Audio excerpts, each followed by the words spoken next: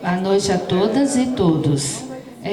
A gente pede desculpa pelo o pequeno atraso no início, mas é que é um problema técnico na transmissão pelo YouTube. Então, a gente está tentando resolver, mas nós vamos começar, né, para não ficar todos aguardando. É com muito prazer que recebemos vocês para esta cerimônia de abertura do 20º Congresso de Produção Científica e Acadêmica da Universidade Federal de São João del Rei. Com o tema Universidade, Transformação e Territorialidade, o CPC é o momento em que a universidade mostra e discute o que é produzido em termos de pesquisa no âmbito da iniciação científica e extensão. Esse congresso está estruturado em 3 eventos: o 29º Seminário de Iniciação Científica, a 20ª Semana de Extensão Universitária e o 1º Workshop de Empreendedorismo PIBIT. Para compor a mesa de abertura deste evento, convidamos o magnífico reitor da Universidade Federal de São João del Rei, professor Marcelo Pereira de Andrade.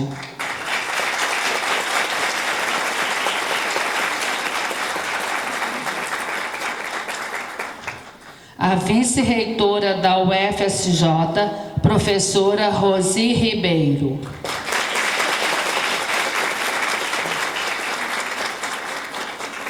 O pró-reitor de pesquisa e pós-graduação, professor André de Oliveira Baldoni.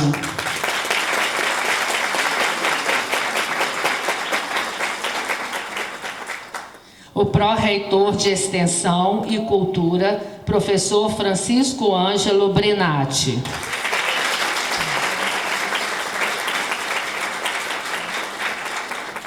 O pró-reitor adjunto de pesquisa e pós-graduação, professor Afonso de Alencastro Graça Filho.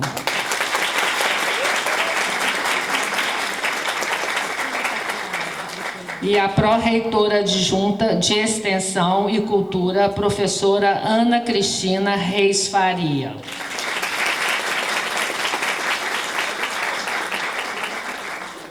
Pedimos a todos que fiquem em posição de respeito para ouvirmos a execução do Hino Nacional Brasileiro.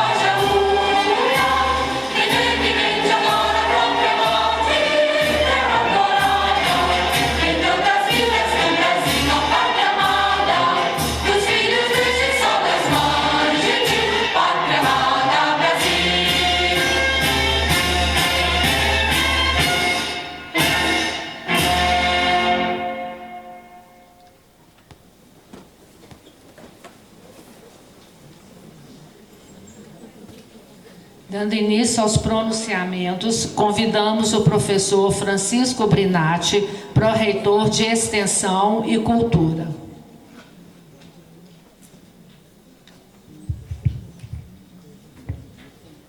Bom, boa noite a todas, todos e todos, né? Primeiramente, queria dizer que é um prazer estar aqui, uma honra, né, ao lado nesse anfiteatro com pessoas tão queridas, colegas tão queridos, né? Nessa noite especial, aí, retomando o Congresso de Produção Científica e Acadêmica de uma maneira presencial. Queria cumprimentar aqui a professora Dalila, nossa convidada de hoje, os meus amigos aqui de mesa, né, o professor Marcelo, Rosi, André, Afonso, minha colega Ana Cristina, aqui também de Pró-Reitoria de Extensão e Cultura. E agradecer também imensamente os amigos, né, e amigas do CETEC que estão aqui nos dando esse suporte todo, o pessoal da Ascom, o pessoal da Prefeitura de Campos, né, em especial também o pessoal da ProEx, aí, em nome do Robson Miranda, que é nosso chefe de extensão, que organizou toda a semana de extensão universitária. Queria assim, estar com você aqui nesse dia, com vocês aqui nesse dia marcante para a ProEx, né, que hoje a gente passa a Pró-Reitoria, que antes Pró-Reitoria de Extensão e Assuntos Comunitários, a partir de hoje ela passa a ser Pró-Reitoria de Extensão e Cultura, né? E teve também hoje no Consul, né, Marcelo, a aprovação do regimento interno da Pró-Reitoria e essa alteração do nome. Então, estar com vocês aqui hoje é motivo de orgulho e de admiração, né, ao ver tantos trabalhos desenvolvidos nos nossos projetos e programas de extensão, mas também é um momento da gente de reflexão sobre o papel e o lugar da extensão universitária nesse momento histórico, né, do que a gente chama de curricularização da extensão. Esse é um debate que tem sido catalisado pelas pró-reitorias, né, de extensão, pelas universidades do país, e também em articulação constante, né, com as pró-reitorias de ensino de graduação, mas que acaba sendo um debate que vem de um conjunto de outras reflexões sobre a própria finalidade da universidade, para onde caminha a universidade brasileira. Então, é uma universidade no contexto de um país em que a democracia sofre ataques diários, cotidianos, e que ainda não está a sua democracia consolidada. Então, esses ventos, né, que a gente pode chamar assim, que tendem a movimentos mais conservadores, mais autoritários, e que a gente tem visto aí nos últimos anos, né, ele vai de encontro ao entendimento da universidade pública. Então, a extensão, ela é um pilar fundamental dentro dessa universidade. É uma ação que proporciona encontros e vivências únicas. Eu tenho visto aqui vários extensionistas e vocês sabem do que eu estou falando aqui hoje, né? Então, ela nos coloca em contato com o mundo lá fora. E essas ações, elas são construídas no diálogo, em que temos a crítica ao processo de mão única, né, de unidirecionalidade do conhecimento, de transferência de conhecimento. Na verdade, ele é criticado. É uma ação construída no diálogo. Desde 1969, né, Paulo Freire lançou a reflexão, né, Extensão ou Comunicação, que é o nome do livro dele, que é um chamado do Paulo Freire à dialogicidade, à construção coletiva do saber, para a transformação social. Eu educo, eu sou transformado. Então, a educação, ela é comunicação, é diálogo, na medida em que não é a transferência de saber, mas um encontro de sujeitos interlocutores que buscam a significação dos significados. Então, nessa perspectiva freiriana, é tarefa de sujeitos que se apropriam dos diferentes saberes, os transformar, os reinventar em situações de interação cultural. Por que eu estou falando isso? Nessa interação, a universidade ela atua diretamente como agente de transformação dos territórios, tema desse ano do nosso congresso. Então, quando temos a oportunidade de estabelecer um diálogo com os outros setores da sociedade, a universidade tende a crescer e buscar respostas para a realidade onde ela está inserida. Então, a universidade ela é convocada para contribuir com essa sociedade. Essa é a concepção dialógica que vem para transformar também o espaço da universidade, esse espaço que a gente está, né? Então, para que ele também se abra para receber os conhecimentos produzidos pela sociedade, na periferia, né, na convivência do mundo do trabalho, no mundo agrícola, na indústria, enfim. E que vai pavimentando um caminho da função da universidade socialmente referenciada, democrática, inclusiva e comprometida com a superação das desigualdades. Hoje, muito se discute como cumprir a lei, né, da inserção da extensão nos currículos, a resolução do Conselho Nacional de Educação, mas não é apenas pensar em como cumprir e pagar uma carga horária de no mínimo 10% nos currículos, mas sim olhar para os nossos currículos diante de um paradigma de universidade que precisa mudar. Temos que olhar a universidade a partir desse sentido social que ela tem, o sentido comunitário que ela tem. É pensar que a universidade ela não pode estar descolada da realidade onde ela está inserida. Ações de intervenção, interação, diálogo com a sociedade implicam necessariamente conhecer essa sociedade, investigar esse lugar, em produzir conhecimento com aqueles agentes, com aquelas pessoas que estão nesse lugar. E levar os estudantes em contextos de ações reais contribui para a sua formação, num processo de ensino e aprendizagem de valorização do conhecimento popular da vivência. É importante organizar a formação do estudante a partir da extensão universitária. É mudar esse olhar. E a Semana de Extensão Universitária, e falando mais especificamente da SEMEX, que entra aí na sua 20ª edição, é fundamental para que a gente possa conhecer um pouco do que a nossa comunidade acadêmica tem produzido junto à sociedade.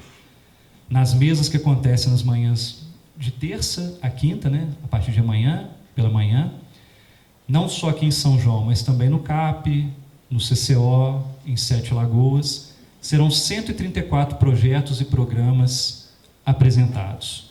Uma oportunidade para a gente poder conhecer essas ações de excelência, o que faz a comunidade em que atuamos como instituição caminhos nas mais diversas áreas de atuação, transforma esses territórios. Então é uma honra estar aqui com vocês nessa mesa, nessa retomada do presencial. A gente às vezes esquece o que a gente passou nesses últimos 2 anos e a gente tende a apagar um pouco o que foi esse período de isolamento social. Então acho que a gente tem que trazer uma noite como hoje, um congresso como esse, como algo marcante, como uma vitória, né? Eu acho que a gente tem que olhar dessa forma. E conhecer, né, a partir de então, nessa Semana de Extensão Universitária, conhecer cada vez mais essas ações extensionistas que impactam tanto na formação de cada um, de cada uma. E o que eu desejo, então, para a semana é que seja um espaço de troca, de conhecimento e de diálogo. Muito obrigado pela oportunidade, um bom congresso a todas, todos e todos.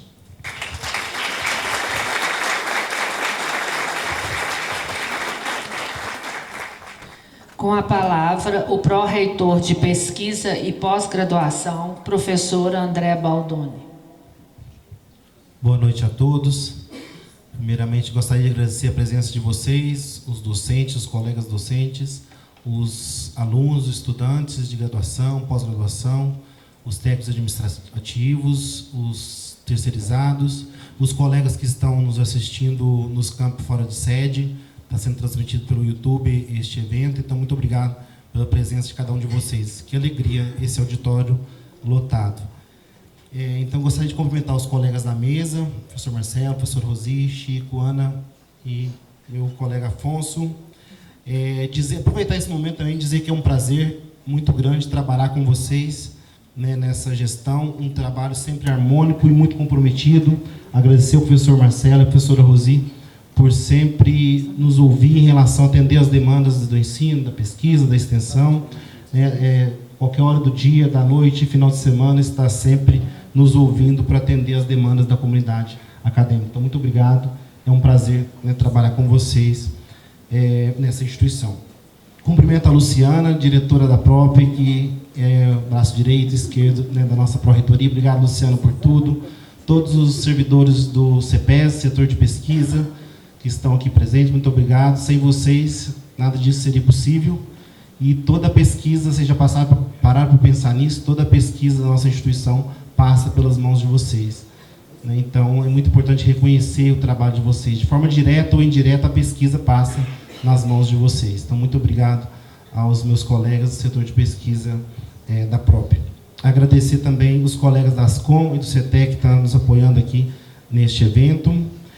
Gostaria de cumprimentar de uma forma especial a nossa convidada, né, a professora Dalila Andrade Oliveira, que é a diretora, né, de Cooperações Institucionais, Internacionais e de Inovação do CNPq. Seja muito bem-vinda, muito obrigado pela sua presença, professora.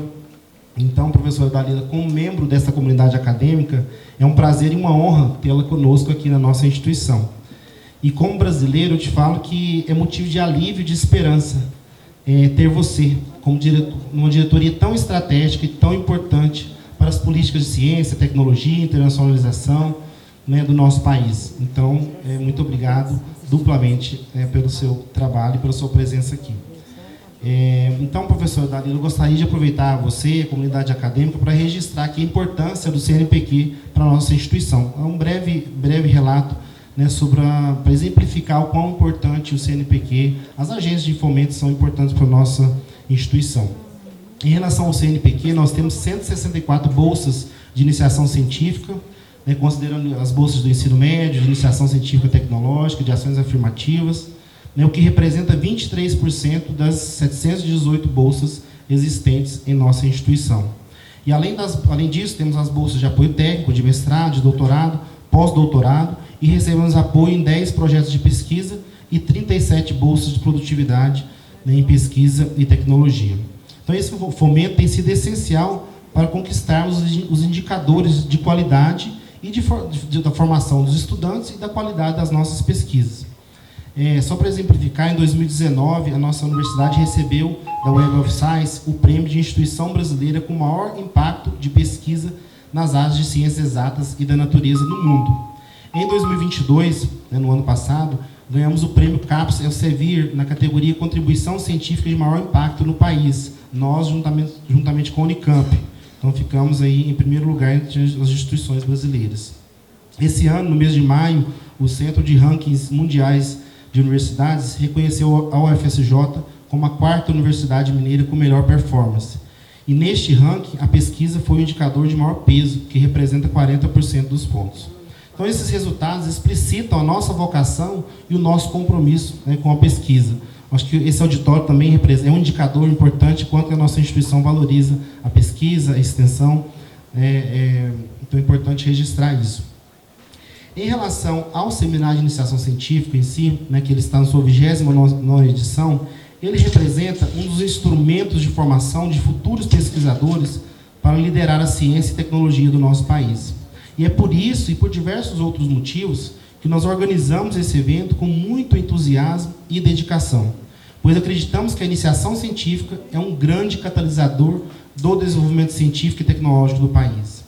E a iniciação científica também representa o passo inicial da formação de pesquisadores capazes de responderem pelas demandas de uma sociedade que carece de elos concretos e robustos entre a ciência que nós produzimos e a parte da sociedade que está sendo desvirtuada pelo negacionismo, desinformação e pelas notícias falsas. Então, nesse sentido, eu gostaria de registrar, né, os parabéns para os 428 estudantes de graduação que estão finalizando os seus projetos de iniciação científica nesta etapa.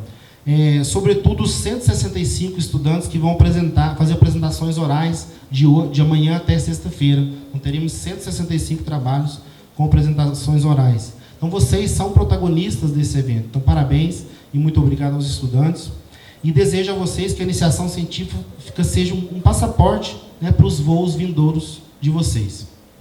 E nesse contexto de aprimorar ainda mais a formação dos estudantes, este ano o Congresso de Produção Científica ele traz uma novidade, que é a primeira edição do Workshop de Empreendedorismo PBT, que é destinado para os estudantes de Bolsa de Desenvolvimento Tecnológico e Inovação. Ele foi pensado e planejado junto com o professor Paulo Grangeiro e a Luciana, né, diretora da própria. Então, esse é o primeiro ano que nós vamos trazer os estudantes, né, eles chegam amanhã, os estudantes dos outros campos, vai ser concentrado aqui em São João del Rei, para um workshop durante o dia todo, para trabalhar de forma específica com a temática. E ainda nesse contexto de aprimoramento contínuo com as estratégias de formação de recursos humanos, de produção de pesquisas de qualidade, eu gostaria de externar minha gratidão aos meus colegas docentes, pesquisadores, né, orientadores desses estudantes, que mesmo diante de tantos desafios e cenários muito adversos, são sempre resilientes e contribuem de forma substancial com a formação dos recursos humanos e com o desenvolvimento científico e social do nosso país. Gostaria de agradecer de uma forma especial também os 24 docentes que compõem a Câmara de Iniciação Científica, que trabalham desde a seleção dos projetos até a avaliação final. Então, muito obrigado aos colegas que estão aqui, os colegas que estão nos assistindo, né, no YouTube, E agradecer também os avaliadores externos que participam da seleção desses projetos e que vão participar essa semana da avaliação dos resultados finais da nossa iniciação científica. Receberemos em nossa instituição, a partir de amanhã, 17 pesquisadores de diversas universidades do país para fazer a avaliação dos projetos de iniciação científica, que estão distribuídos. As apresentações orais serão 33 trabalhos da área de ciências da saúde, 30 trabalhos da área de ciências humanas, 27 trabalhos da área de engenharias, 20 da área de ciências sociais aplicadas, 19 de ciências exatas e da terra, 18 trabalhos de ciências agrárias, 11 de ciências biológicas e 7 de linguística, letras e artes. Então, para finalizar, eu desejo a esses estudantes um excelente congresso, uma excelente apresentação para vocês, e que o congresso seja um ambiente propício para o desenvolvimento de todos nós, de troca, de experiência e desenvolvimento profissional e pessoal. Então, muito obrigado e um bom congresso a todos.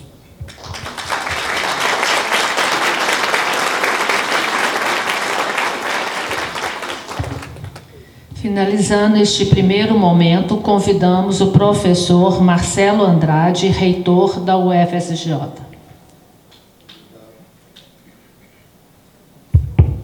Obrigado, Lourdinha.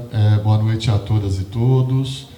Saudando aqui a mesa, o Afonso, os companheiros Afonso, André, a nossa vice-reitora, a Rosi, companheira, companheira dessa jornada tem sido a reitoria, exemplo das mulheres fortes desse país, que merecem todo o respeito. Eu acho que na professora Rosi temos o exemplo de uma equipe também que é composta praticamente, mais da metade são de mulheres, né? Também nosso companheiro Francisco, nossa companheira Ana, saudar os professores, técnicos administrativos, os terceirizados, os discentes, todos aqueles envolvidos nessa missão que é ensino, pesquisa e extensão.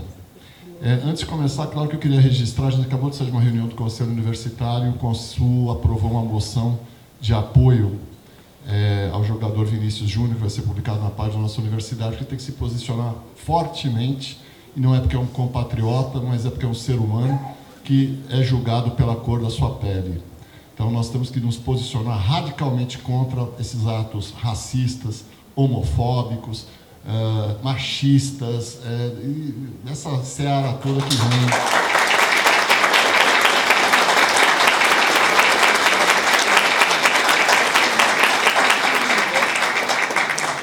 Essa seara toda dos truculentos, né? Parece que ser tosco está na moda só no Brasil, não só no Brasil, mas parece que na Espanha virou moda ser tosco, né?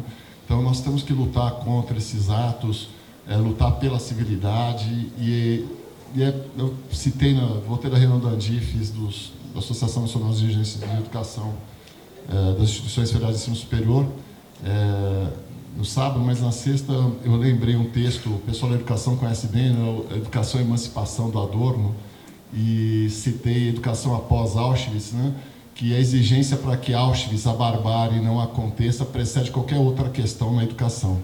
Então, um texto de 1967, publicado em 1967, mas fez uma palestra em 65, que é mais atual do que nunca, né? A luta que temos que ter para acabar com a barbárie, né? No nosso país e no mundo. Então, aqui o registro de apoio ao nosso companheiro, compatriota Vinícius Júnior, um jovem, vem das camadas populares, naquilo que se propôs fazer, faz bem, né? E ser, no seu trabalho, e acho que é pior de tudo, né? Na execução do seu trabalho, ser humilhado, eu me desculpe, eu vou usar uma palavra forte, por ignorantes, né? Aqueles que ignoram a dignidade, a humanidade. Então a gente tem que se posicionar radicalmente contra, enquanto academia e como universidade. Mas é também um prazer estar hoje, ver esse auditório repleto, as cadeiras vermelhas, sempre é um bom sinal, né? Representa o coração, representa a esperança, representa Lula, representa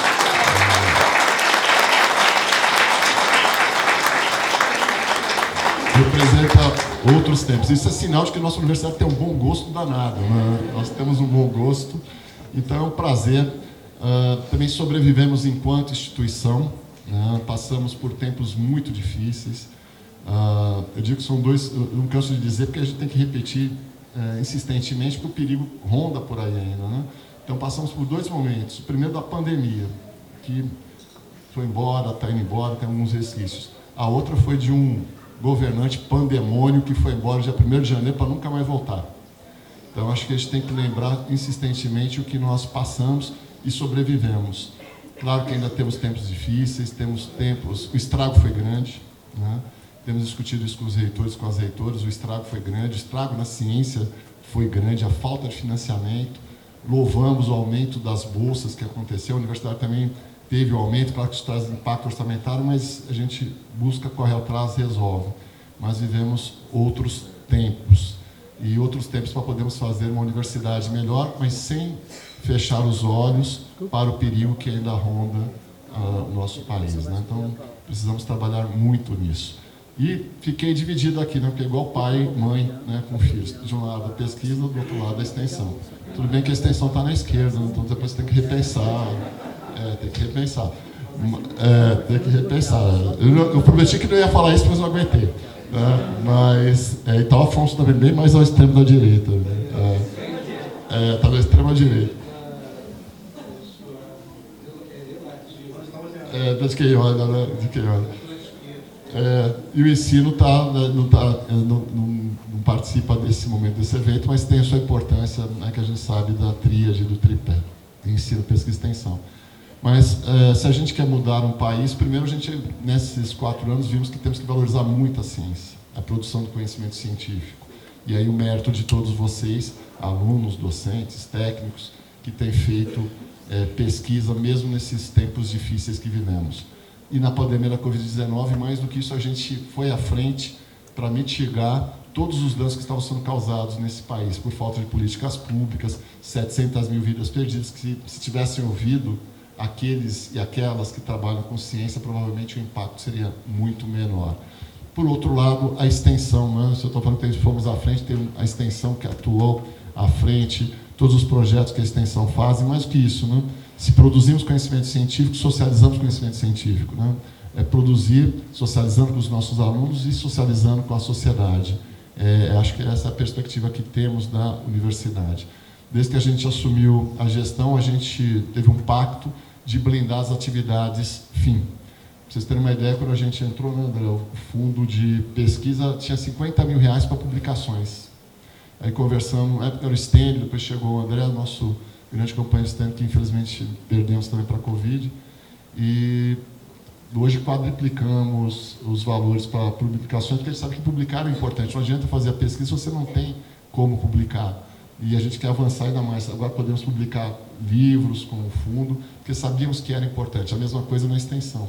Tínhamos que ampliar o orçamento da extensão, que também era pífio. Precisávamos fazer isso se quiséssemos ter uma universidade atuando com a extensão. E o ensino, que a gente sempre também tem a preocupação nos investimentos no ensino. Aumentamos a bolsa agora de monitoria, aumentamos as bolsas de iniciação científica, de extensão, vamos aumentar a da assistência estudantil, porque é o correto a ser feito e queremos que os nossos alunos e alunas fiquem na universidade. Tivemos a chance de conversar com a ministra Luciana, de Ciência, Tecnologia e Inovação, em março, e também posicionamos o que pensamos da nossa universidade em alguns pontos. O primeiro é a internacionalização, mas a internacionalização é muito mais do que só trazer pessoas para a universidade, é mão dupla, é produzir junto com as universidades do exterior. Quem sabe, produzindo juntos, a gente consegue mudar também outros países com práticas preconceituosas, racistas. É a ideia que nós temos também de ajudar nesse processo de produção de conhecimento pelo mundo. Uma preocupação que registramos também com a ministra Luciana é a questão da mulher na ciência.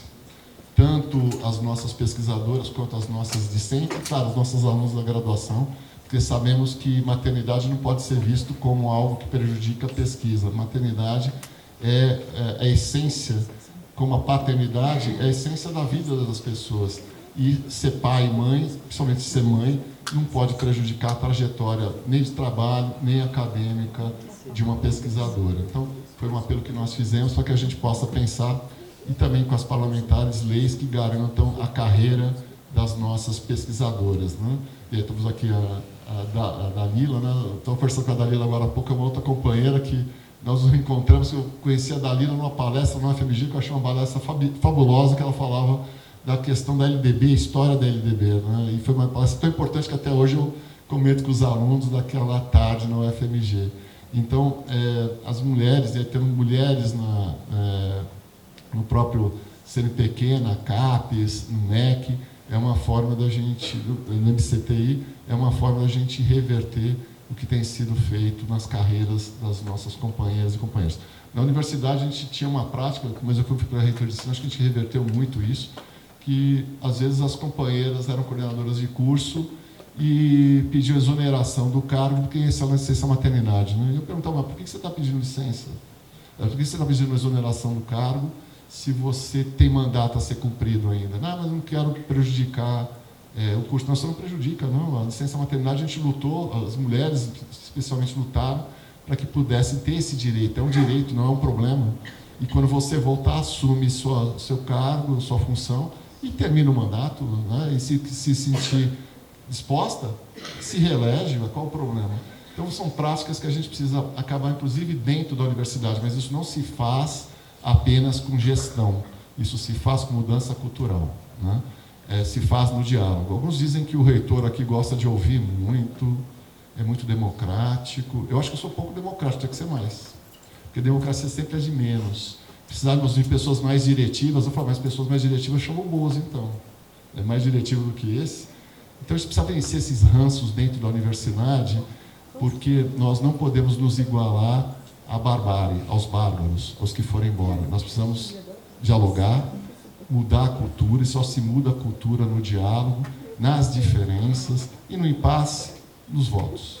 É assim que a gente muda uma instituição, é assim que a gente muda um país. Então, eu espero que o CPC traga isso para vocês. A ciência, a extensão, são campos políticos. E a falta de gente nos campos políticos atrapalha tudo nesse país. E gente aventureira, como aquele que foi embora, o pandemônio, está cheio. Nós é que não podemos cair na mesma toada. O poder pelo poder, o poder pela vaidade, o poder para gritar. Grito nunca leva a lugar nenhum, a não ser o grito da rua por democracia. Esse sim leva a algum lugar. Mas grito por grito só mostra o desequilíbrio. E no desequilíbrio quem perde somos nós, porque a gente não sabe jogar no campo da barbárie. Nós, homens e mulheres da ciência e da educação, não sabemos jogar no campo da barbárie, do vale tudo, da fake news, da pós-verdade. Nós, homens e mulheres da ciência, prezamos a humanidade, a dignidade e a vida. E espero que seja essa a lição que vocês tenham. E torcendo para que vocês, nossos discentes, nossas discentes, no futuro, assumam esses postos e façam desse país um lugar melhor. Na ciência, na extensão, no ensino, na universidade, mas muito mais do que isso, na sociedade. Para que realmente esse país possa ser um lugar muito melhor, muito mais digno para homens, para mulheres, para negros, para homoafetivos, seja para quem for. Para mulheres trans, para homens trans, que a gente saiba viver nas diferenças, respeitando um ao outro. É isso que a nossa universidade tem que trabalhar com todos nós, não só com vocês alunos, mas envolve todos nós, comunidade universitária. Espero que vocês tenham um bom evento, que seja um momento de aprendizado, de muita festa, de democracia, porque a universidade pública sobrevive e nós estamos na luta. Muito obrigado e boa noite.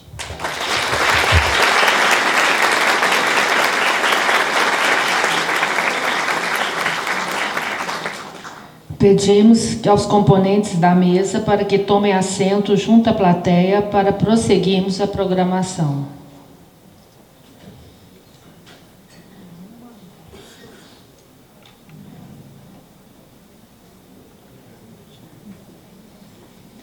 Para ministrar a palestra Os Novos Horizontes da Pesquisa no Brasil, Cooperação Institucional, Internacional e Inovação como Estratégias de Fortalecimento da Pesquisa, convidamos a diretora de Cooperações Institucionais, Internacionais e Inovação do CNPq, professora Dalila Andrade Oliveira.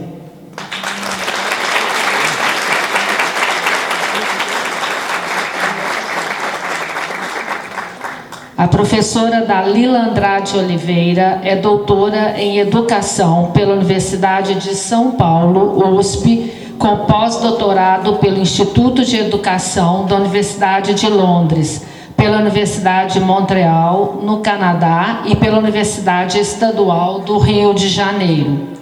Professora titular de Políticas Públicas em Educação no Programa de Pós-Graduação em Educação da UFMG, Dalila integrou o Conselho Deliberativo do CNPq, representando as áreas de Ciências Humanas e Sociais.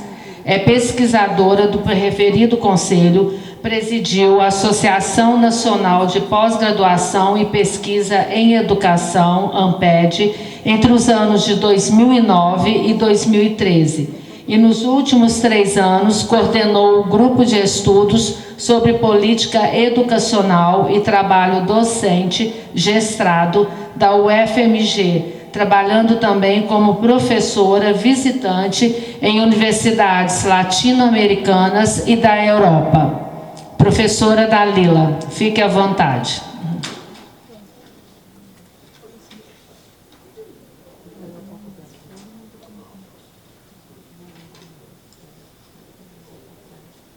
Boa noite, é um prazer enorme ser recebida nessa universidade, uma prestigiosa universidade, como já foi mencionado aqui na abertura.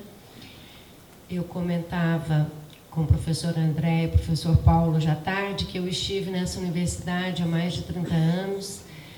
Deve ter sido a única participação que eu tive efetivamente nessa universidade. Ela estava na transição entre FUNREI e a Universidade Federal, ministrando um curso numa semana de administração de empresas. Então, fiquei a semana toda trabalhando aqui na universidade, vivi intensamente a universidade naquele momento, mas acredito que a maior parte das pessoas que eu convivi naquele momento já se aposentaram, alguns até já faleceram, e vejo renovada a universidade na mesma seriedade com que eu a encontrei há 30 anos atrás. Então, é uma satisfação muito grande retornar aqui. Eu quero agradecer o magnífico reitor pelo convite. Em nome dele, saudar todas as autoridades presentes neste evento. Agradecer em especial ao professor André por todos os arranjos que ele fez para que eu pudesse estar presente aqui. Ele cuidou assim detalhadamente de cada coisa. Muito, muito obrigada pelo acolhimento. Cumprimentar cada uma e cada um, né, que participa dessa abertura, deste evento que parece que promete muito e que deve representar em dias de muito intenso trabalho. Quero cumprimentar também o Vicente, professor aqui da instituição, pró-reitora adjunta de ensino, foi meu aluno lá no programa de pós-graduação em educação da UFMG, e a gente nunca perdeu o contato, né, Vicente? De vez em quando eu recebo alguma coisa sua pelas redes sociais, essa coisa que a tecnologia põe a gente em contato, isso é muito bom, né? Nos aproxima. Eu quero dizer que esse convite me foi levado pela professora Rosir, vice-reitora, né? Nós a recebemos lá no CNPq, numa tarde muito agradável, que conversamos sobre vários assuntos, e desde então que nós começamos aí a ajeitar essa possibilidade de estar aqui com vocês. O tema com o qual vocês abrem este congresso é um tema que cada brasileira, cada brasileiro precisa pensar nesse momento, né? Quais são os nossos horizontes depois de sermos deixados em uma situação quase de terra arrasada? Ouvindo o hino nacional, pensava isso. O que nós sofremos nesses últimos 5, 6 anos só não foi pior porque esse país é um país muito, muito grande, muito diverso, muito rico, gigante pela própria natureza, como diz o hino nacional, né? Nós somos muito ajudados pelas condições geográficas, climáticas, enfim, pela cultura desse povo, que é uma cultura de paz. O mundo inteiro fala disso, não é só o que a imprensa brasileira traduz. Se a gente acompanha pela imprensa internacional, essas viagens que o presidente Lula tem feito, tem sempre esse comentário de que o Brasil tem uma tradição de ser um país que busca a paz e que, por isso, o presidente Lula pode ser, sim, um personagem importante para pôr fim a essa guerra absurda, né, entre Rússia e Ucrânia. E nós sabemos que se o país sofreu muito nesses últimos 5, 6 anos, as 700 vidas perdidas, 700 mil vidas perdidas aí pela pandemia, que a gente sabe que, em grande parte, poderia ter sido evitada, não é, por uma irresponsabilidade.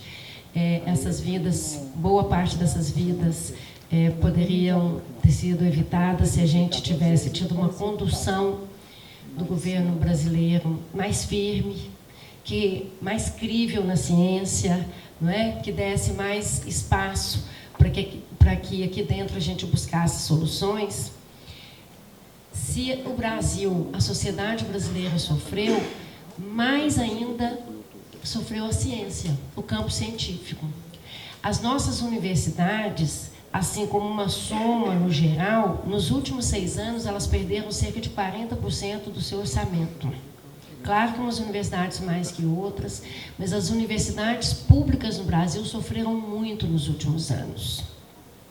Sofreram com restrição orçamentária e sofreram com outras pressões também, ingerências políticas, né? Nós soubemos quantas e quantas universidades federais no Brasil não tiveram respeitadas nesses últimos anos, no último governo, sobretudo, a consulta democrática que é feita à sua comunidade. Né? As eleições para reitores acabavam sendo indicado para reitor pessoas que não tinham sido aquelas escolhidas pela comunidade. Então, esses novos horizontes para a pesquisa no Brasil, para a ciência, eles sinalizam para nós um novo respiro, né? A gente volta a respirar de maneira mais livre. Quando eu digo mais livre, é mais livre mesmo, no sentido de que nós vamos ter menos censura. Quem é de ciências humanas sabe do que eu estou falando. As ciências humanas e sociais sofreram muito neste último governo, né? Foram muitos os cursos, os pesquisadores, não só as ciências humanas, mas assim, em especial as ciências humanas, muitas vezes trabalhos, inclusive, voltados para a análise de gênero, de questões mais, digamos, comportamentais ou culturais que a nossa sociedade precisa conhecer melhor, foram ridicularizados publicamente, foram colocados sob suspeição, né? Como se as ciências humanas e sociais não fossem absolutamente ciências, fosse militantismo, enfim. Foram tempos tão ruins que nem nos agrada falar tanto dele, né? Só estou tomando como ponto de partida para dizer que o que nos espera nesse futuro agora, a gente espera que seja um futuro melhor, né? Mas para que esse futuro seja melhor, a gente precisa cuidar do presente. E o que o nosso presente mostra? É que, embora a gente tenha muitos planos, a gente até brinca lá no CNPq que todo dia chega uma boa ideia. Todo mundo agora quer dar ideias do que a gente podia fazer. Eu tenho uma ideia de um projeto, eu tenho uma ideia de como melhorar tal programa, né? Porque sente que a gente tem um diálogo com a comunidade, que é por isso que eu estou aqui, que a gente quer essa proximidade, que a gente quer conversar muito com a comunidade acadêmica, que a gente quer conversar muito com a sociedade brasileira, porque a ciência se desenvolve voltando-se para os problemas que nós temos, pensando sobre os problemas que o país enfrenta, como é que a gente pode atacá-los, como é que esse país pode voltar a crescer. E para que esse país volte a crescer, a gente precisa de investimentos, né? De investimentos, sim, na economia, mas nós precisamos também de investimentos na ciência, na tecnologia, porque nós precisamos, antes de tudo, perder essa dependência que nós vimos crescer nos últimos anos. A desindustrialização que o país tem enfrentado. Na pandemia, gente, nós tivemos dependência de máscara de proteção. Teve um momento que a gente não podia sair às ruas porque nós não tínhamos máscaras. A gente estava dependendo da China mandar máscaras para nós, dependendo da importação de como um país com as riquezas que o Brasil tem, um país que planta algodão, produz algodão, como é que ele não tem máscara? Então, esse investimento, em tecnologia, este investimento em crescimento é que a gente precisa ver acontecer nos próximos anos. E nós sabemos que está muito difícil, né? Porque nós pegamos um país com muitas dificuldades. Nesse momento, a gente tem vivido, falando especificamente do CNPq, com um pouco mais de tranquilidade, porque nós tivemos uma PEC da transição que recompôs, em parte, né, o orçamento do CNPq para aquilo que é urgente, urgentíssimo, como já mencionado aqui, o reajuste das bolsas, né, de mestrado, doutorado, pós-doutorado, de iniciação científica, de apoio técnico.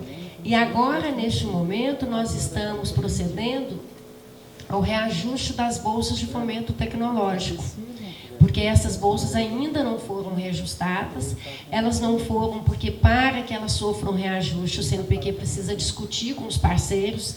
Em geral, essas bolsas são pagas com recursos também de parceiros, então é muito importante também que essa conversa seja feita para que esse reajuste não seja um reajuste arbitrário que depois não pode ser suportado pelos parceiros. Então, nesse sentido, eu queria dizer que o CNPq, tendo à frente o professor Ricardo Galvão, que vocês sabem que se tornou um ícone, né, na resistência da ciência contra o negacionismo do governo passado. Quem não sabe de quem eu estou falando, ele foi demitido do INPE, porque ele simplesmente mostrou que o desmatamento na Amazônia permanecia, e mais do que permanecia, que o desmatamento na Amazônia tinha aumentado em muito. Isso desagradou o governo, né? E por isso o governo perseguiu e até que o demitiu.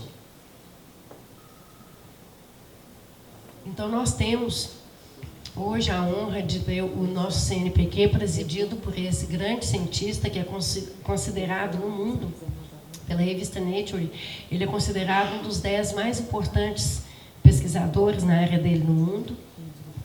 E dentro do CNPq a gente compôs uma diretoria que, sobretudo, quer ter essa proximidade com a comunidade, como eu falei, com a comunidade acadêmica, quer dialogar com a sociedade, quer pensar sobre os problemas que o Brasil precisa resolver e quer voltar a restabelecer muitos dos programas, das parcerias que o CNPq nos últimos anos não pôde levar adiante. Nesse sentido, eu quero falar do trabalho que a diretoria que eu assumi no CNPq desenvolve, porque tem muito a ver com este congresso. Eu estou à frente da diretoria de cooperação institucional, portanto, é a diretoria que dialoga com as universidades. A gente brinca lá dentro que é a diretoria que lida com o CNPJ, porque a diretoria científica é que lida com o CPF, não é, com o pesquisador individualmente. Então, dentro dessa diretoria, a gente conversa com as universidades. As bolsas de mestrado, doutorado, pós-doutorado, essas bolsas que são passadas para os programas de pós-graduação, são da competência dessa diretoria, que é a DECOI. Portanto, mais de 90% das bolsas estão nessa diretoria.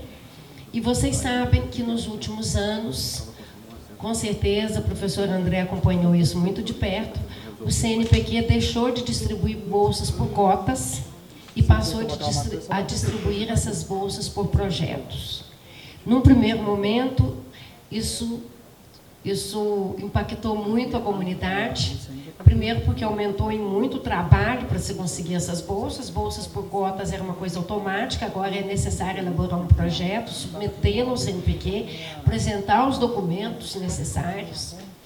Mas isso foi uma medida, essa foi uma medida importante que a gestão anterior do CNPq tomou, porque para resistir a um movimento que o governo anterior tentou fazer, né, que estava presente no governo anterior, de fundir a CAPES e o CNPq.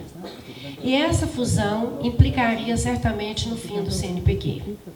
O CNPq completou 72 anos no mês passado. Ele é mais antigo que o ministério ao qual ele pertence, que é o Ministério de Ciência e Tecnologia. Mas ele é uma agência de um ministério diferente do Ministério da CAPES. A CAPES é uma agência vinculada ao Ministério da Educação. E o que o governo anterior queria era fundir o CNPq e a CAPES dentro do Ministério da Educação. Então, é muito importante que a gente tenha isso muito claro, porque uma questão que esse país precisa enfrentar é a baixa taxa de escolaridade da população. A nossa população não sabe o que é o CNPq, não sabe o que é a CAPES.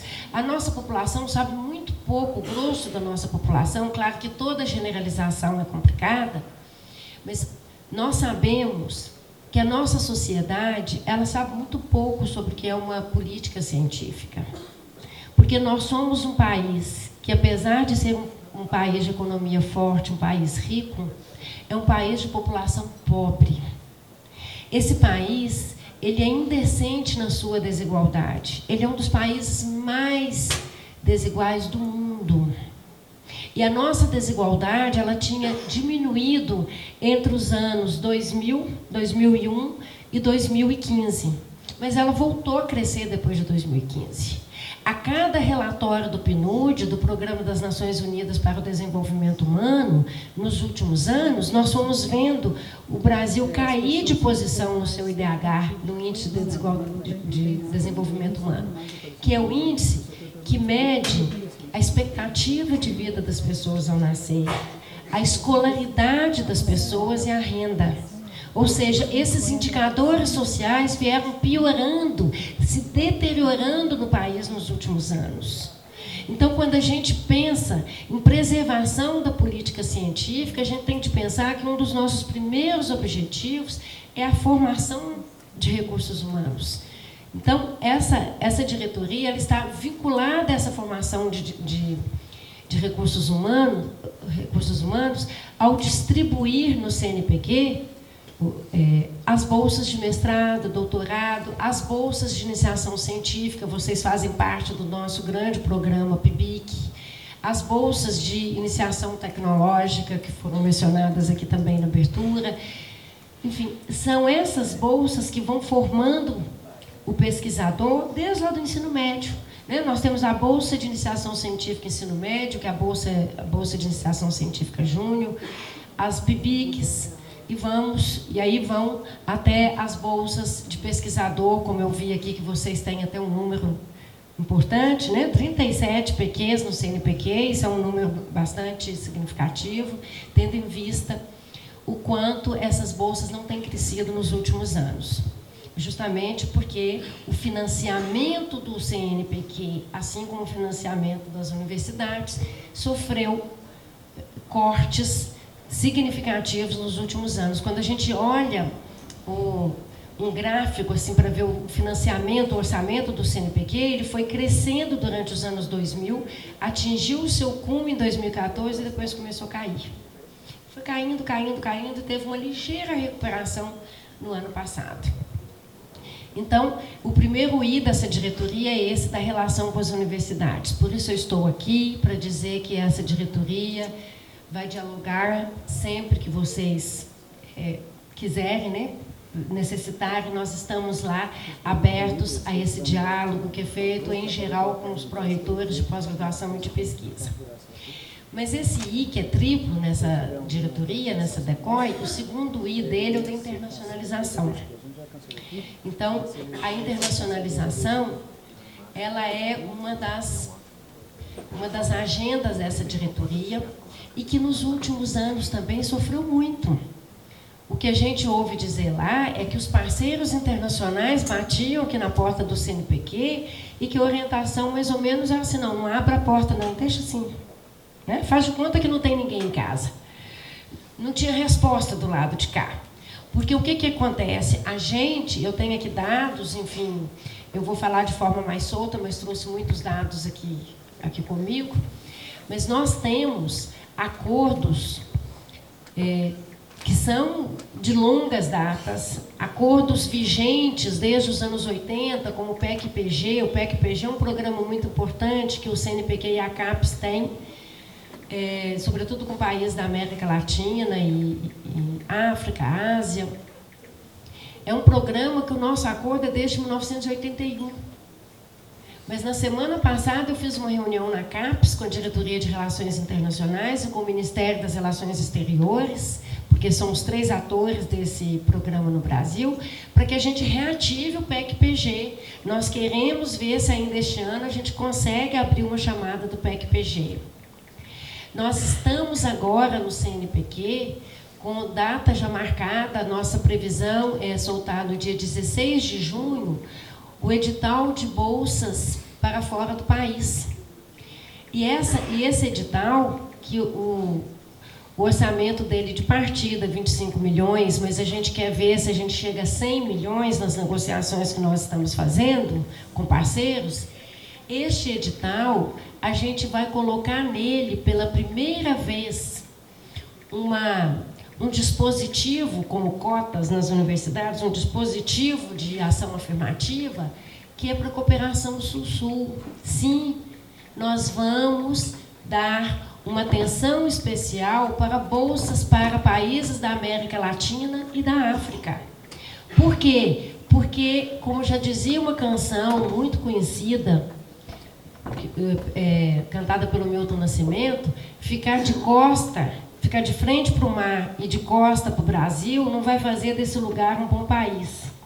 A gente tem de olhar para dentro do Brasil, a gente tem de olhar para dentro da América Latina, nós temos de olhar para a África, nós temos muito a aprender com os nossos vizinhos aqui na América Latina e com os nossos parceiros lá na África, mesmo aqueles que não são de países de língua portuguesa.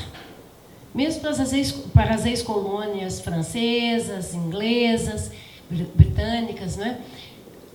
Porque os nossos problemas sociais, eles são muito mais parecidos com os problemas dos nossos vizinhos do que com os problemas que o dito norte global enfrenta. Eu costumo dizer que eu fiz pós-doutorado no Canadá e na Inglaterra, mas que eu tenho muito mais troca com os países da América Latina. O Vicente deve lembrar que nós temos um doutorado latino-americano em educação, lá na UFMG, que já tem 13 anos, porque os nossos colegas nas universidades latino-americanas enfrentam problemas muito mais parecidos com aqueles que a gente tem de enfrentar aqui, do ponto de vista social, mas não só do ponto de vista social, né? Para dar respostas. Então, é muito importante que a gente tenha esta clareza de que é importante também aprender com os países do Sul.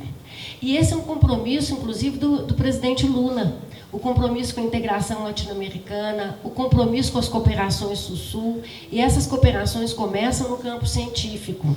Então, nós temos de pensar em como aproximar mais os países da América Latina, como nos aproximarmos mais dos países da África. Vocês sabem que num decreto, no final do segundo governo Lula, ele criou a Unilab, a universidade, para fazer o intercâmbio com os países da África de língua portuguesa. Infelizmente, eu particularmente acho que o nome não é muito feliz, porque leva o nome da língua do colonizador. E foi criada também a UNILA, né, como uma universidade latino-americana, justamente para que a gente olhe mais para essa cooperação. Então, nesse edital, nós vamos ter essa especialidade de que nós vamos continuar, sim, financiando bolsas para os Estados Unidos. Eu tenho aqui, inclusive, a lista dos 10 países que a gente mais envia pesquisadores no mundo. Eu vou ler para vocês a relação dos 10. Na ordem que a gente distribui, que a gente faz cooperação, distribui bolsas, recursos. Estados Unidos, Espanha, Portugal, França, Inglaterra, Canadá, Itália, Alemanha, Holanda, Austrália. Alguém escutou algum país da América Latina? Nem México. Então, é muito importante que a gente mude um pouquinho isso aqui. Nós vamos continuar, obviamente, né, financiando os pesquisadores para irem para o norte, mas nós precisamos também pensar no sul. O terceiro I, e pode ser que depois eu agregue outras informações com relação à internacionalização, mas o terceiro I é o I da inovação. que é um tema ainda assim pouco conhecido nas universidades e às vezes delicado, difícil de ser conversado dentro das universidades. Eu hoje no almoço, conversando com o professor Paulo, eu dizer para ele, é porque tem um preconceito dentro da universidade com o termo inovação. Em geral, a gente entende inovação nas universidades só como sinônimo de competitividade, de competição tecnológica, de concorrência empresarial. E tem um preconceito lá do lado empresarial também para com as universidades. As empresas no Brasil, elas em geral não querem investir em P&D, elas não querem ter laboratórios, elas não querem destinar recurso nenhum para desenvolvimento científico, para desenvolvimento tecnológico. Elas querem receber tudo pronto das universidades. Isso vem de uma longa tradição, porque vocês sabem que a pesquisa no Brasil, o sistema de pesquisa no Brasil e o sistema de pós-graduação, eles estão intimamente imbricados. Isso não é assim em todos os países do mundo. Esse é um modelo que o Brasil tem. A maior parte da pesquisa no Brasil é feita nos programas de pós-graduação. Portanto, ela é feita dentro das universidades, em laboratórios das universidades. Mas nós temos de pensar que as universidades, elas estão a serviço de produzir conhecimento científico que seja também transferível para a sociedade. E, nesse sentido, o desenvolvimento tecnológico também é matéria nossa. E que a gente só vai sair dessa situação se o desenvolvimento científico no Brasil nos der condições de ter soberania científica. O Brasil é um país que, com toda essa potencialidade, não tem um prêmio Nobel. A nossa rixa com os argentinos não passa só pelo futebol. No campo acadêmico, sempre que os argentinos assim, estão perdendo alguma coisa conosco, eles falam, e aí, vocês têm algum prêmio Nobel? Né? Então, brincadeiras à parte, nós precisamos pensar que a inovação é também matéria nossa, das universidades. E, nesse sentido, nós temos legislação. Eu trouxe até aqui um trechinho. Deixa eu ver se eu pego aqui. Um trechinho, né, da lei que define o que é inovação e o que deve ser apoiado em termos de inovação no Brasil, que é a Lei 13.243. E eu grifei aqui como que inovação é conceituado nessa lei. Então, bem, inovação é introdução de novidade ou aperfeiçoamento no ambiente produtivo e social que resulte em novos produtos, serviços ou processos, ou que compreenda a agregação de novas funcionalidades ou características a produto, serviço ou processo já existente, que possa resultar em melhorias e em efetivo ganho de qualidade e desempenho. Ora, a fome é um problema que o Brasil enfrenta e nós precisamos pensar que, às vezes, algumas soluções passam por algo que nós podemos não chamar de inovação, mas que, às vezes, é uma inovação. Às vezes, uma mudança num determinado procedimento, uma mudança num determinado produto. Existe uma propaganda, tem uma propaganda do Unicef que mostra um produto que foi desenvolvido para salvar vidas de crianças desnutridas na África. Né? Isso é uma inovação. Às vezes a criança é encontrada numa situação tal que ela não consegue se alimentar. Eu não vou nem arriscar falar, que eu sei que tem muita gente que dá área de saúde, né? E eu não sou. Ela não consegue nem se alimentar. Aquele produto foi desenvolvido justamente para dar àquela criança tudo que ela precisa para ela voltar a ter condições de se alimentar normalmente. Nós precisamos pensar que a nossa responsabilidade, e cobrar sim do setor empresarial, do dito setor produtivo, a responsabilidade dele nesse processo também. Mas que nós precisamos estreitar mais essa relação para a gente desenvolver condições de dar ao país essas bases tecnológicas que o nosso país precisa para alcançar essa soberania científica e tecnológica. Então, nesse sentido mesmo, o CNPq tem alguns programas que que eu sei que alguns a universidade aqui já participa, mas tem outros que a universidade pode estar atenta e voltar a participar, se é que já participou no passado, ou se ainda não vir a participar. Mas um dos programas mais antigos é o RAI, que é um programa que justamente financia bolsas para que os pesquisadores desenvolvam no setor produtivo, no chão de fábricas, no chão de empresas, produtos e processos.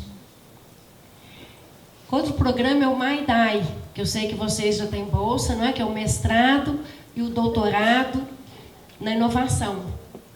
E esse programa é um programa relativamente novo, ele tem pouco mais de 10 anos, a primeira experiência dele. A primeira experiência foi um programa piloto com a Universidade Federal do ABC, só depois que ele virou um programa do CNPq. Nós temos programas com o SEBRAE, como o programa ALI, nós temos programa com o Instituto, o IEL, o Instituto Evaldo Lodge, com o Inova Talentos. Enfim, são programas que aproximam a universidade do setor, do dito setor produtivo, do setor empresarial. Então, esse I dessa diretoria da cooperação, ele se propõe a ser um duplo I, onde, por meio da DECOI, então, o CNPq se relaciona com as universidades, com os reitores e pró-reitores, conversando sobre os apoios no fomento à pesquisa, né, no fomento à pós-graduação, na formação de recursos humanos, no I da internacionalização, nos acordos com os parceiros que a gente faz aí fora. Nós temos acordos importantíssimos com os Estados Unidos, com a comunidade europeia, nós temos a chamada dos BRICS, né, que são só os países dos BRICS. É uma chamada super interessante, porque os projetos são julgados assim, pelos países pertencentes aos BRICS. Nós temos acordos com a Argentina, acordos aqui na América Latina com o México, com o Chile, enfim, são dezenas de países com os quais a gente tem acordo, França, Itália, Japão, China. Esses acordos são super importantes para que a gente possa, e com isso eu já vou caminhando para as conclusões, porque eu quero dialogar com vocês, para que a gente possa também dar sustentação a um tripé que é importantíssimo no conhecimento científico. Se é o tripé do ensino, pesquisa e extensão que sustenta as universidades modernas, o campo científico hoje ele tá baseado num tripé que é a produção do conhecimento, a tradução do conhecimento e a transferência de conhecimento. Então, a produção, a gente está muito acostumado a falar dela. A tradução é quando eu pego o conhecimento de uma determinada sociedade e traduzo para outra. Não é só a tradução da língua, é a tradução também de contextos. Isso é cada vez mais incentivado hoje no processo científico. Essas cooperações internacionais nossas, elas são, em geral, para promover a tradução. Aquele conhecimento que é produzido aqui no Brasil pode ser traduzido lá na França, contextualizado lá. E o conhecimento lá da França pode ser trazido para cá, traduzido e contextualizado aqui. Mas tem um terceiro tripé, que assim como a extensão, é super importante, que é o da transferência. Que é essa transferência que eu falava que a inovação hoje exige tanto, que é de conversar com o setor produtivo, que é de conversar com a sociedade, que é de conversar com as escolas básicas. Nós que somos da educação, é impossível continuar fazendo conhecimento nas universidades sem conversar com a escola básica. E não é só lá na faculdade de educação que tem de ter essa relação com a escola básica, não. Eu falava agora há pouco da Bolsa de Iniciação Científica Júnior. Se nós queremos aumentar o número de mulheres nas ciências, e essa é uma bandeira que a ministra, né, tem falado muito dela, nós já aumentamos as bolsas PQ, 500 bolsas PQ para as mulheres das áreas de exatas. Nós queremos aumentar a presença das mulheres nas ciências físicas, química, biologia, matemática, que é ciência física e matemática, química, física e matemática. Nós temos que começar desde cedo, desde lá do ensino médio, com a Bolsa IC Júnior, né? Nós temos que dialogar nesses institutos com a escola básica, com a escola de ensino médio. Nós temos de começar a pensar isso desde a educação infantil. Como eu dizia antes, este país, vergonhosamente, ele tem uma baixa taxa de escolaridade da sua população.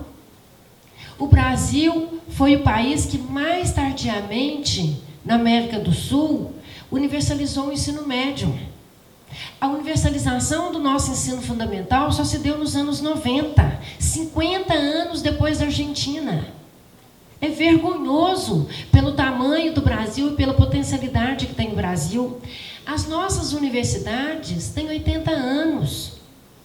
Sabe quantos anos tem a Universidade Nacional Maior de San Marcos, no Peru? Mais de 500. Nós temos de corrigir, de correr atrás dessa perda, desse atraso.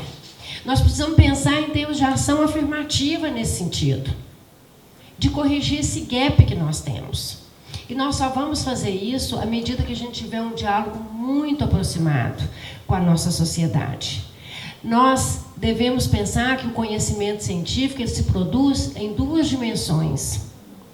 A partir da indução, e a indução se dá sempre por problemas que são identificados, que precisam ser corrigidos, mas que também tem uma outra dimensão do desenvolvimento científico que não pode ser esquecida jamais, que é o dito conhecimento desinteressado, o desenvolvimento espontâneo, aquele que não é guiado por necessidade de uma resposta imediata. Porque não existe como induzir o conhecimento para uma resposta imediata se não tiver essa outra base. Então, é necessário cuidar com muito zelo da ciência brasileira e entender que o conhecimento científico não tem fronteira nacional. Que um brasileiro lá no Japão, lá na Inglaterra, lá nos Estados Unidos ou lá no Peru, ele vai ser sempre um brasileiro. Ele vai estar sempre com a cabeça dele no Brasil e vai estar sempre abrindo portas para outros brasileiros e para o conhecimento que é produzido aqui. Que a gente precisa dialogar entre nós e com os outros, dialogar com o mundo. É com esse espírito que essa diretoria do CNPq assumiu essa responsabilidade neste governo e com muita confiança de que não será fácil essa batalha que nós temos pela frente, mas que nós vamos vencer com a ajuda de cada uma e de cada um. Portanto, eu estou aqui nessa disposição com diálogo, querendo dialogar com vocês. Muito obrigada pela atenção.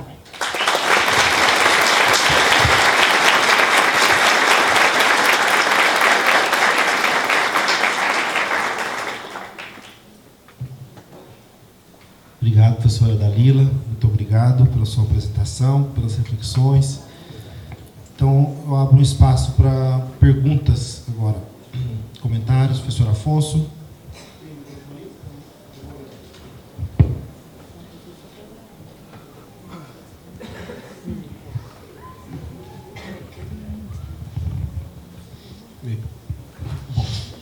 Queria dar uma boa noite a todos aqui, a todas presentes. Também agradecer a presença da professora Dalila Oliveira, da área de educação. É um grato prazer estar aqui, convivendo contigo e ouvindo sobre as novas políticas do CNPq.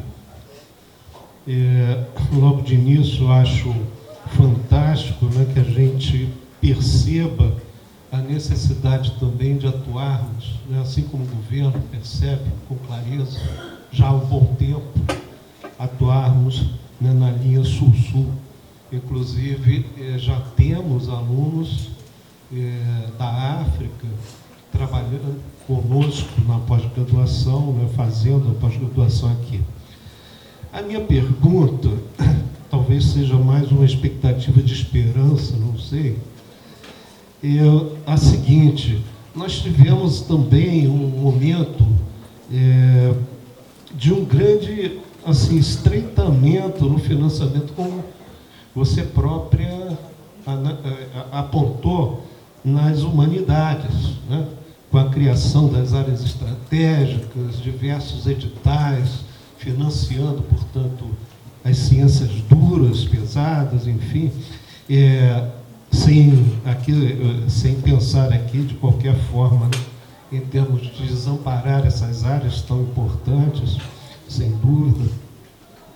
Mas fica a mim, que também sou da área de humanas, né, da área de história,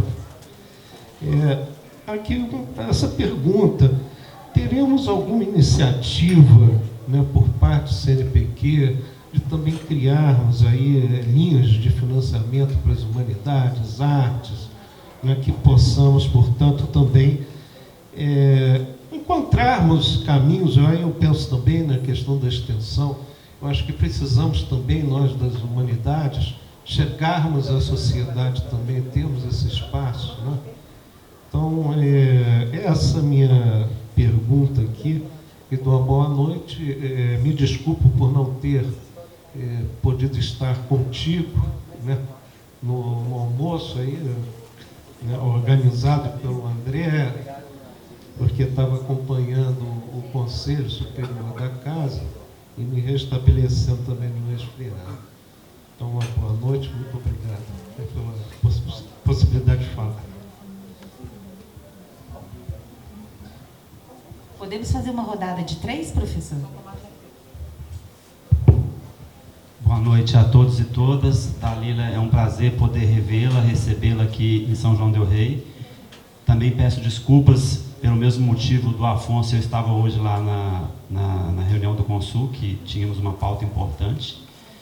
Dizer da sua importância na minha formação, porque o Paulo Freire fala que ensinar é a corporificação da palavra pelo exemplo.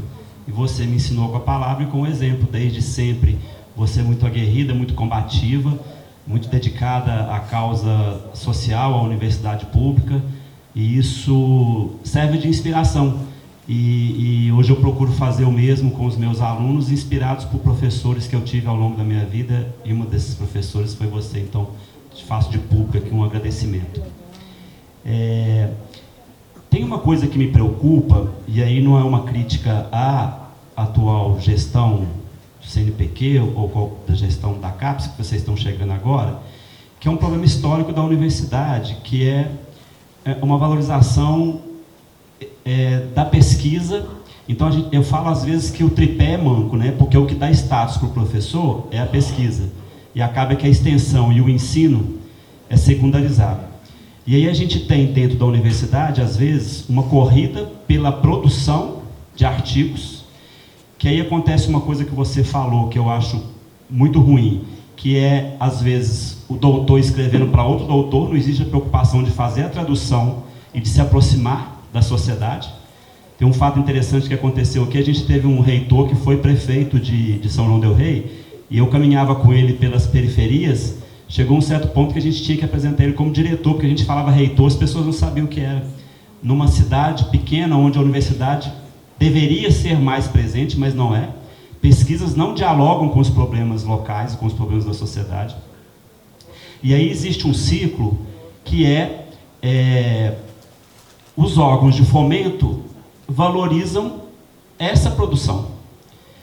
Não valoriza, por exemplo, não diferencia, por exemplo, a produção de uma mulher que foi mãe e, por conta da maternidade, não pode produzir da mesma forma que um pesquisador homem na universidade.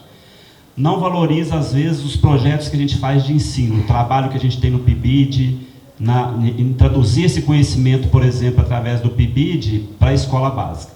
Não valoriza, às vezes, os projetos de extensão. Então, é uma valorização do artigo pelo artigo.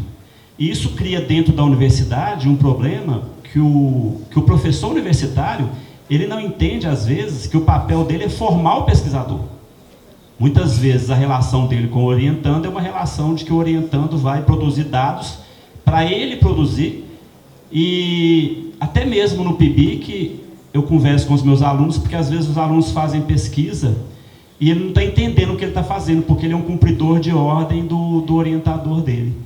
Então eu queria perguntar para você se existe alguma coisa nesse sentido de, nos editais do CNPq, valorizar mais a pesquisa, que tem um diálogo com a extensão, com o ensino, e que valorize outras questões dentro da universidade.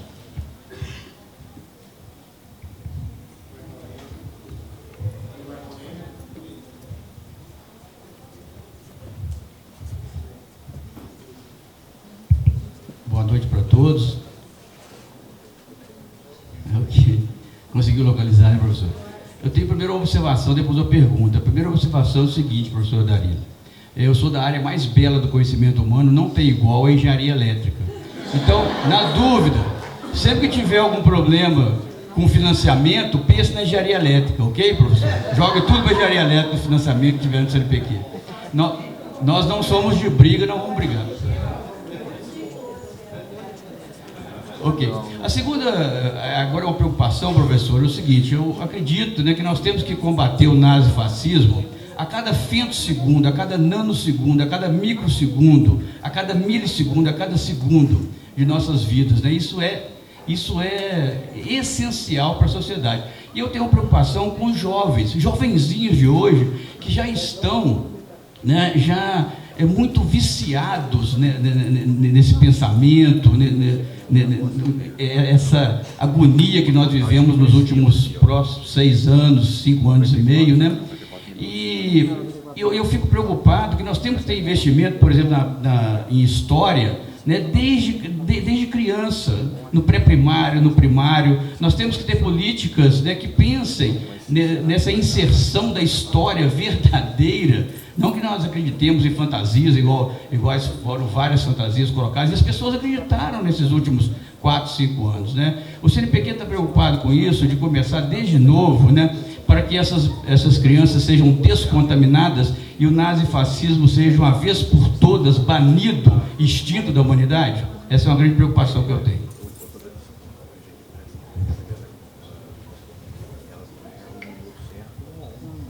Pode ser mais um?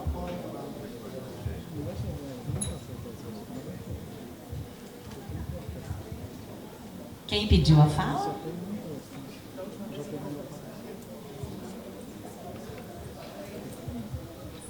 Bom, a professora vai responder mais um. Jaqueline, licença. Boa noite a todos.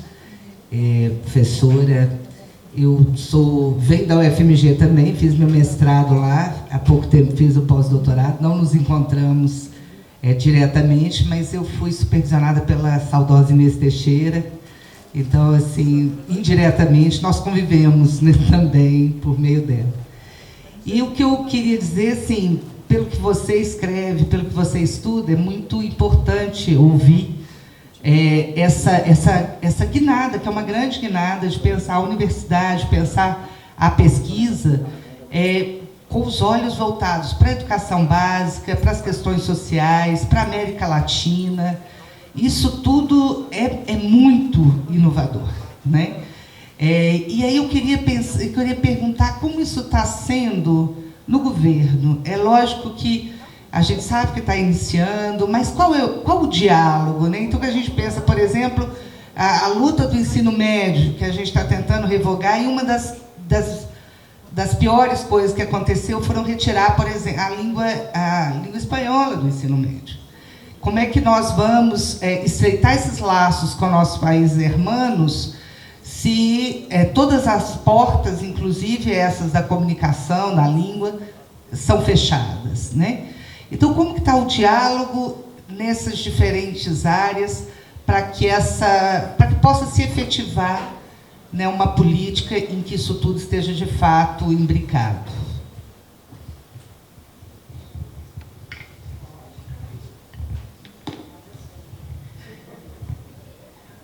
Obrigado pelas perguntas. Então, só antes de passar para as respostas, vou passar algumas informações que corroboram um pouco as perguntas e o que você falou, né? Eu acho que é importante mostrar um pouco o que a instituição está fazendo, né, em relação a isso, que você complementa aí com suas.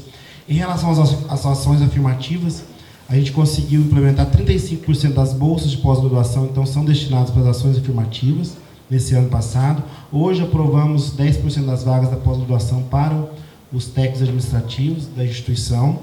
Conseguimos a licença maternidade com bolsa para o mestrando e doutorando, então 6 meses, né, com a bolsa de pós-graduação. Em relação à internacionalização, Eixo Sul-Sul, nós recebemos esse ano um número recorde de estudantes desses países, foram 18 estudantes vieram da África ou da América do Sul, então, e temos mais 18 vagas para 2024, então isso foi um grande avanço para a nossa instituição. A política de inovação, a gente está com ela no Consul para ser apreciada. E em relação à aproximação com o ensino médio, a gente tem 140 bolsas de PIBIC Júnior, contando CNPq e FAPEMIG. Então, isso tem, né, levado a universidade a aproximar do ensino médio, e isso é muito bem visto na formação dos estudantes, na formação de novos, né, igual o professor colocou ali, novos, né, pesquisadores do futuro, vamos dizer assim, e além da valorização da pós-graduação, de aproximar um pouco da necessidade da sociedade. Então, alguns dados acho que pode ajudar a subsidiar. Obrigado, professor. Tanto é muito importante que eu vou contar um acontecimento que ocorreu aí há uns 2 meses atrás, que me chamou muita atenção. Eu fiz uma reunião com um grupo que se chama BRAIN. Embora seja séria, é muito interessante. É uma sigla. É pesquisadores brasileiros que estão aí pelo mundo. E eles se organizam, a dita diáspora científica. Né? Então, Brazilian Research, já não lembro, mas enfim, aí forma BRAIN. E eu fui representar o CNPq, então, nessa reunião. Era uma reunião virtual. Tinha gente, assim, no Canadá, em diferentes partes dos Estados Unidos, da Europa. E tinha um moço, assim, jovem, deve ter uns 30 e poucos anos, que ele está num laboratório de um físico, coordenado por um físico que é sempre listado para ser prêmio Nobel. Que entra naquela lista, ainda não ganhou o prêmio Nobel, mas pode ser que em algum momento ele ganhe. Então, são os, né, que são elegíveis. E no Reino Unido.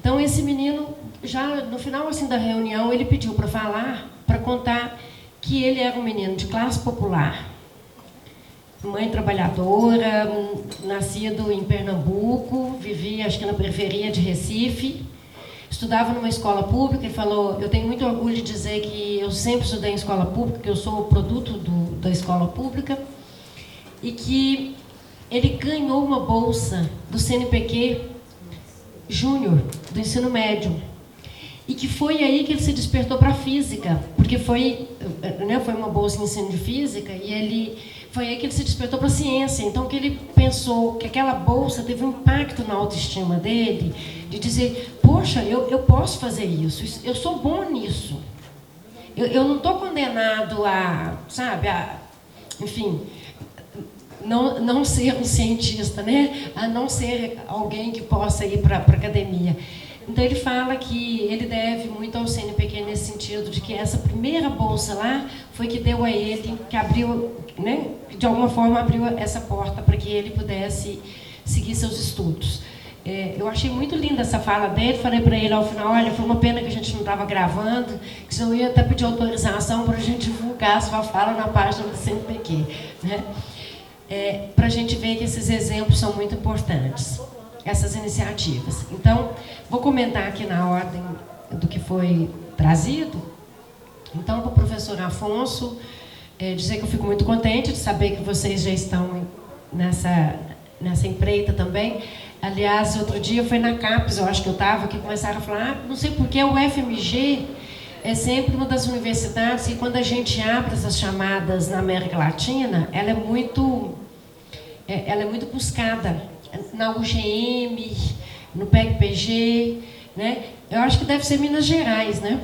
E eu fiquei brincando, realmente, nós estamos no meio do Brasil, né? A gente está no meio, a gente não está nem lá na praia, não pode nem dizer que porque eles querem ir para a praia, né? Se fosse como Rio de Janeiro, e nem estamos na fronteira, como Paraná, o Rio Grande do Sul. Então, o que faz as nossas universidades serem atrativas para esses estudantes, com certeza, é o trabalho que a gente desenvolve, né? A nossa excelência. Então, com certeza, é isso que tem feito com que seja um lugar que eles tenham buscado. E eu acho que essas iniciativas, elas precisam ser ajudadas pelas agências, tanto no nível do Estado, como a FAPEMIG, como as agências federais. E aí, se tinha algo que eu queria ter falado, que eu deixei de falar na minha primeira exposição, é que o CNPq, num país tão desigual como o Brasil, porque o Brasil tem essas desigualdades gritantes, né? Essa pobreza, como diz um grande cientista social mineiro, o Gessé, essa ralé, não é? Ele transformou o termo ralé numa categoria sociológica. Ele diz que mais de 70% da nossa população está na ralé, ou seja, vive na informalidade, não recebe um salário com benefícios sociais, enfim, são pessoas que comem o almoço pensando se vão comer no jantar, né?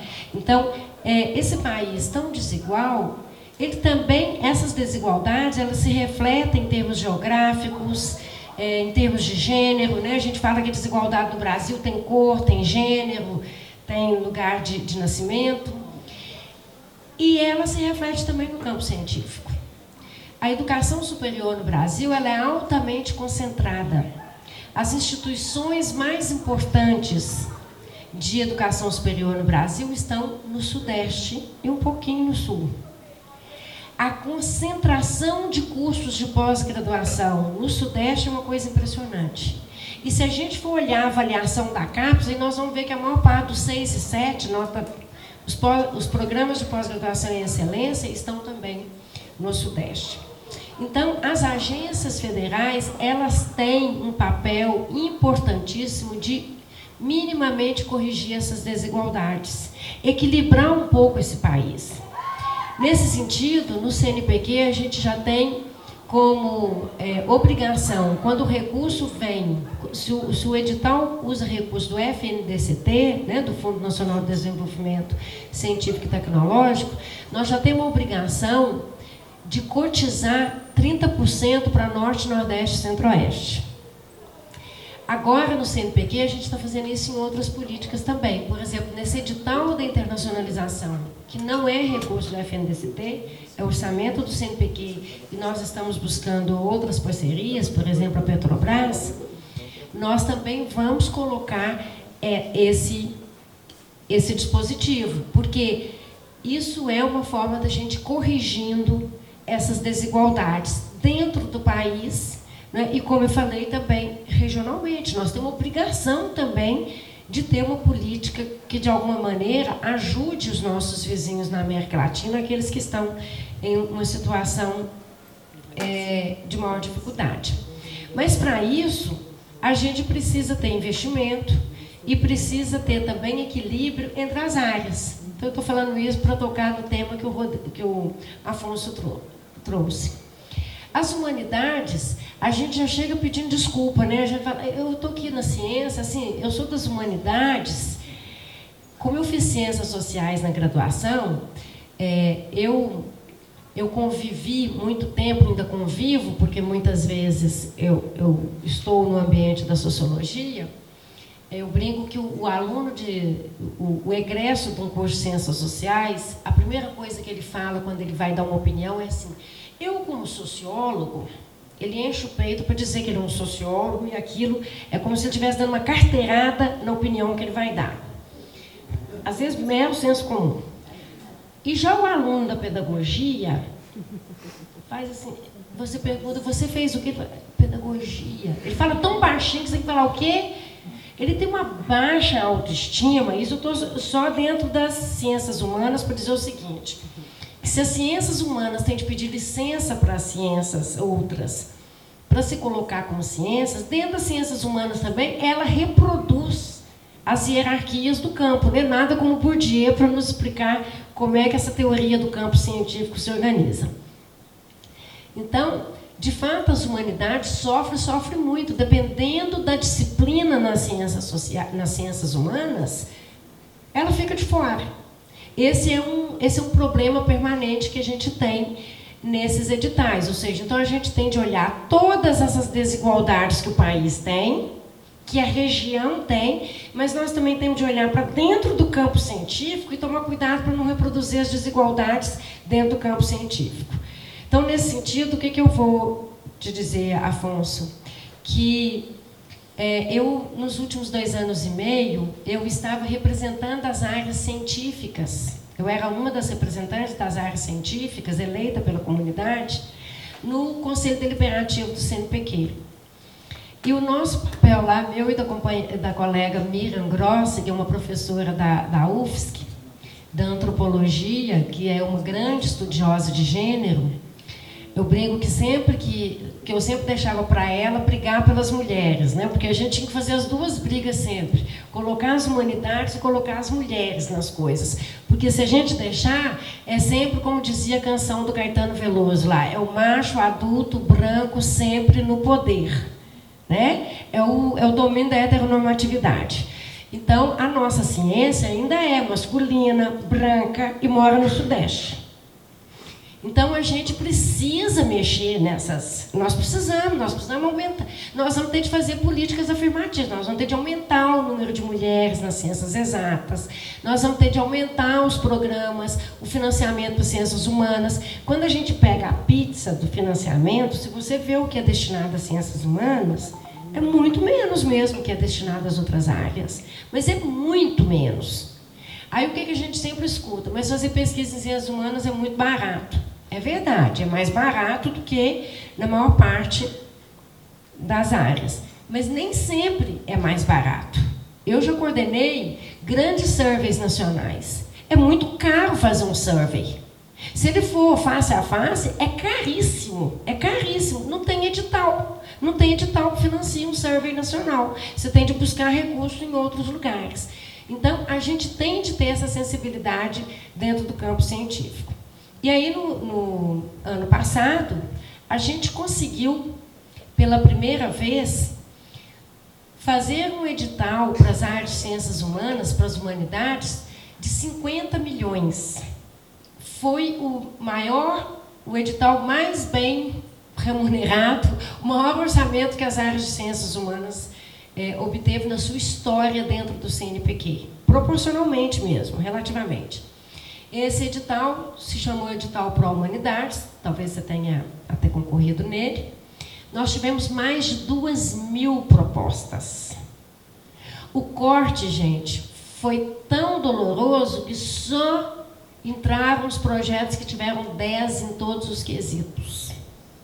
Foi uma pena, você imagina, quem ganhou 9,8 não entrou. Agora nós estamos tentando por mais alguns projetos financiados. E o nosso compromisso no CNPq é de dar continuidade ao Pro Humanidades como um programa. Mas essa foi uma negociação que levou quase um ano. O Pro Humanidades foi financiado com recursos do FNDCT, ou seja, o CNPq não tem financiamento ordinário para bancar um Pro Humanidades. Mas só para vocês terem uma ideia de quanto que esses 50 milhões, comparado a outras chamadas do CNPq, significa pouco, uma chamada, a última chamada agora dos INCTs, os Institutos Nacionais de Ciência e Tecnologia, não sei se vocês têm algum INCT aqui, não? Foi de 300 milhões. Uma chamada de INCT, 300 milhões. Então, mostra como que as áreas humanas... E o que é o Pro Humanidades? Ele pega desde artes, música, que se depender de algum problema estratégico, para lembrar que existe música nas universidades, existe artes cênicas, belas artes, não vai lembrar. Então, a gente precisa, assim, de editais universais, de Pro-Humanidades, que deem atenção para as áreas de humanas. Sobre o que o Vicente levantava, eu vou falar muito rapidamente, Vicente, que tem uma diferença do CNPq e a CAPES na avaliação que ele faz da produção acadêmica, sempre teve. O CNPq sempre foi muito pouco... Ele sempre apresentou pouca adesão ao quantitativismo. Eu já fui tanto do CA, do CNPq, da nossa área de educação, já coordenei o nosso CA, e já fui da comissão da CAPES, de avaliação da pós-graduação. O CNPq, quando a CAPES contava cada pontinho da sua produção, o CNPq já fazia assim, quais são os seus 10 melhores produtos.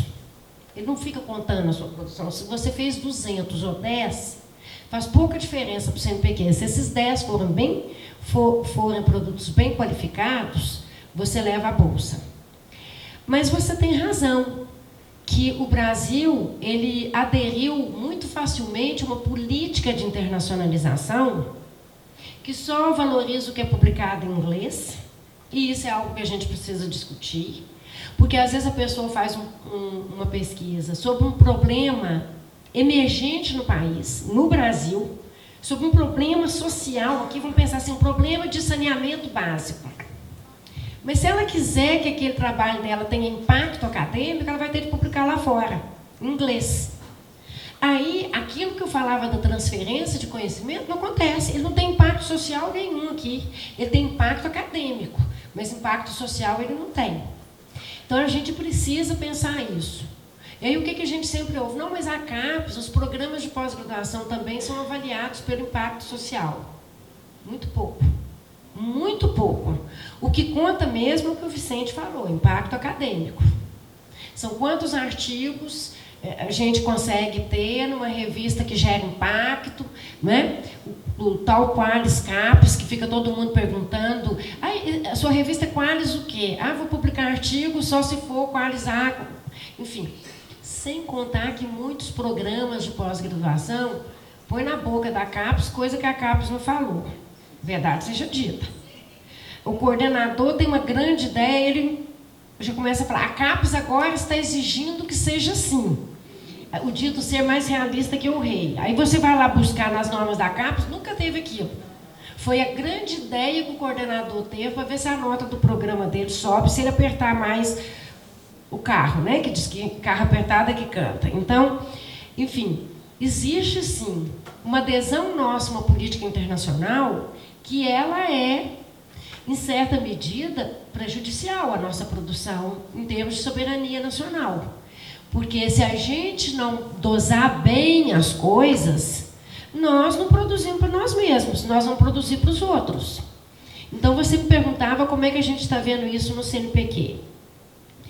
Não começou com essa diretoria, já começou em gestões passadas, sobretudo na gestão passada do professor Evaldo. Todo o edital do CNPq, vocês podem olhar lá, que tem uma normazinha que diz o seguinte: pesquisa financiada com recursos do CNPq, publicada em revista Open Access. Você tem de publicar o resultado da pesquisa em revista que o acesso é aberto, porque o recurso foi público. Essa história de você fazer uma pesquisa com recurso público, depois botar lá numa revista, que você paga não sei quanto para ter acesso ao artigo, não. Quem começou com essa coisa foi a comunidade europeia. Os franceses começaram a fazer isso. A França, vocês sabem que ainda leva muito a sério